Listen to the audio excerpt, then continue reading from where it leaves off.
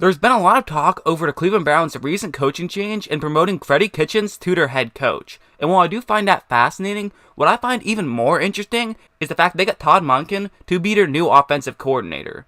I could definitely see this being a very good thing for both the Cleveland Browns and Baker Mayfield, as he had a ton of success last year in Tampa Bay, and I'm sure he'd love to continue that going over to Cleveland. One of the things that he did very well with Tampa Bay was plays like this. You're going to take a look at those three Saints right there, as it's going to be a cover 3 zone, meaning they're all going to be going back in that direction. And that's actually perfect for Tampa Bay, as this play is designed to beat a cover 3. First things first, they're going to have an out route to that zone coverage on the bottom half of the screen, and then they're going to send a receiver up towards the middle of the screen, making it look like he's going to be in a zone and coverage towards that middle of the screen. However, Deshaun Jackson is actually then going to break down, which is going to allow him to get past everybody and should allow him to get wide open. That ends up being exactly what happens, and they're able to pick up a big touchdown. Not really from a great play by Deshaun Jackson or a great throw from Ryan Fitzpatrick. While they both did their part, this really was the play design that allowed a touchdown to happen. This play was another interesting one, as it was a 3rd down and 4, so it's crucial for them to get the first down on this play.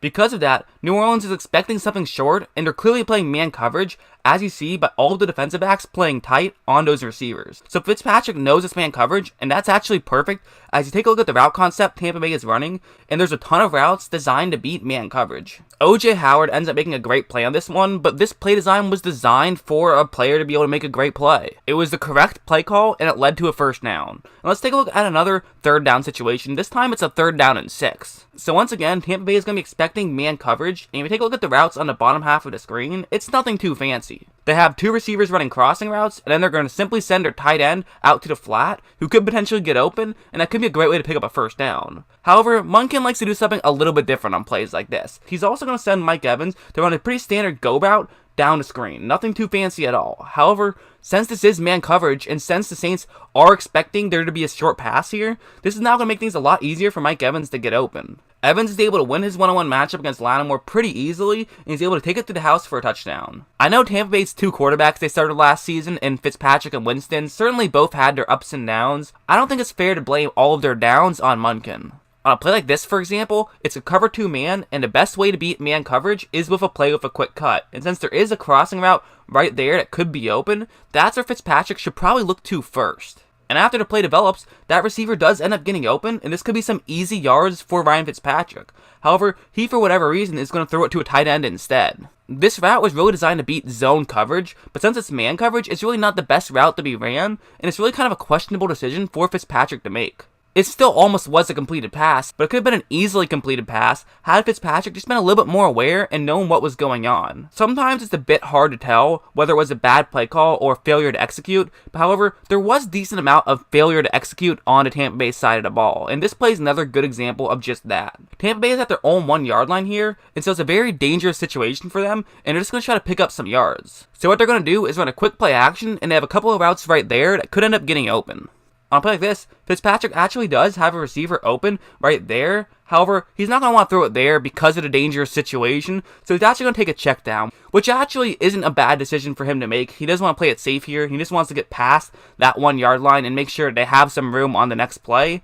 However, the problem is he just completely whiffs on the throw. It wasn't even close and leads to one of the easiest pick sixes you will see all year. But for every one of those, there was a couple of these. On a play like this, it's a cover 1 linebacker blitz, but it's worth mentioning that the safety who is back is going to have an extra amount of focus on Mike Evans. So this means that if Mike Evans were to run a pretty standard go route down the sideline, then that safety could easily just creep over and cover him, and now Mike Evans has been taken out of the play. So what Evans is going to do here is simply fake as though he's running up to the middle of the screen, and this is now going to not only draw that corner who's guarding him up to the middle of the screen, but it's also going to convince the safety that he doesn't have to get over to the bottom half of the screen because Evans is coming to him. From there, he could just break down to the corner of the end zone, and Fitzpatrick is able to hit him for a touchdown. This was a great play by Evans for sure, but it was also a design play by Monken to allow Evans to get that open. It was just one small thing, but it meant everything in terms of that play. If Evans ran a straight up go route, it would have been much more difficult for him to get open on that play. This play was another example of something that wasn't too fancy, but worked out well. As you see, it's a cover 2 zone, and those are the routes that Tampa Bay receivers will be running, and it's worth mentioning that there's going to be 2 receivers running in that zone and coverage on the bottom right hand corner of the screen. Again, this is about as simple as it gets, but it's going to pay off very well, as the safety who's in charge of guarding that zone and coverage can't commit to either one of them because they're both running deep, and one of the receivers is going to end up getting open, and they're able to get a touchdown out of it. He has a tendency to call the correct play a decent amount, and he also has a tendency to just make some smart plays, like this one, for example. It's very creative, very unorthodox, but I thought it was a really good play call. Just to add some context, there's 7 seconds left, and Tampa Bay is down 5, so this is pretty much desperation mode for the Bucs. Typically what you'd see a lot of teams do here is basically just run a Hail Mary. However, I never really loved those play calls, especially when teams know that a Hail Mary is coming, as they're very hard to convert. Atlanta's only going to be rushing 3, which is going to allow them to basically run a cover 3 man. Another thing worth noting is they're actually going to be double teaming OJ Howard on the top half of the screen, which is actually going to allow slot receiver Adam Humphries to be completely unguarded on this play. And that's good news for Tampa Bay, as they're doing something very interesting here. Basically what they're going to do is triple team that defensive tackle in the middle of the screen, which is now going to allow Jameis Winston to run a quarterback draw up to about the 10-yard line. This will draw the safety who's in the middle of the screen in, and also hopefully draw the safety who's on the bottom half of the screen in as well.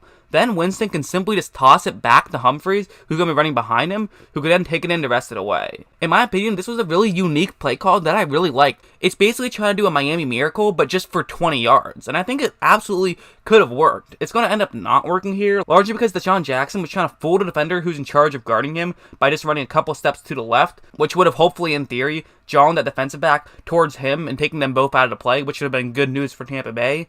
However, that just ends up working, as that defensive back pool is now going to be able to get into the play, make contact with Jameis Winston, and now not create a great lateral, which ends up resulting in Tampa Bay just barely not being able to get into the end zone. But I thought the play design itself actually made a ton of sense. It's not the easiest play to execute, and you could argue that a Hail Mary would have been the better choice.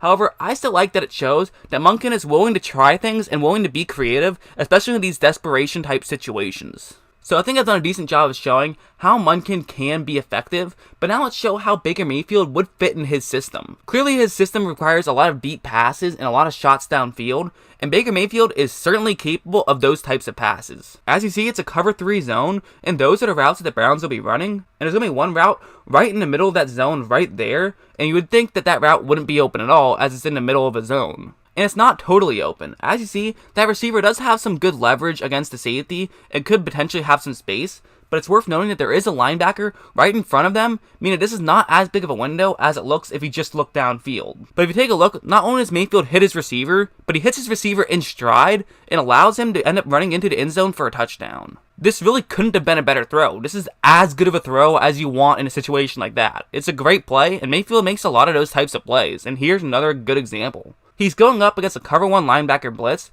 but what's really interesting to note here is what happens post-snap. As you see, the safety who was in charge of guarding that right side of the screen is going to actually break down as there is a receiver running in that direction, but this is now going to allow for another Brown to run right where that safety was and be wide open. I mean, he still has the guy who was initially in charge of covering him. However, since he's cutting, this is now going to make it a lot easier for him to get past that defensive back who was covering him. And I know it looks like there's another Raider in that direction, but that Raider is actually guarding a Brown who's way farther, shorter down the field, so that's not really too important to look at here. Mayfield does a very good job of being patient, waiting for the receiver to be open, and then he hits them, and they're able to pick up a ton of yards on this play. And Mayfield's great ability doesn't just end with his deep ball and with his ability to make reads. He can do a lot when plays break down as well. That was one of the problems we definitely saw with Tampa Bay, was every time a play broke down, whether it was Winston or Fitzpatrick, they would seemingly always just throw an interception, and that's certainly not what Mayfield is going to do. I don't care how good of an offensive coordinator you have, I don't care if it's Josh McDaniels or Sean McVay or whoever,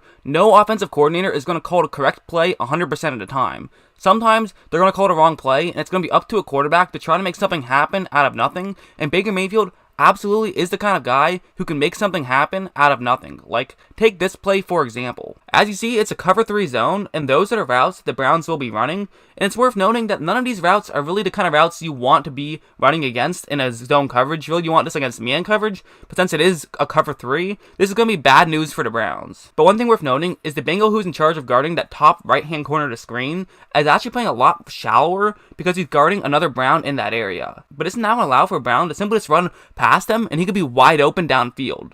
Mayfield sees all of this, makes a very good throw on the run, and able to pick up a big gain. This is a great athletic play of Mayfield to be able to throw on the run, and it was just a great throw by him in general and a great read, which resulted in a big gain for the Browns. The reality is, I think this is a match made in heaven, and I think this Browns team could be electric next year.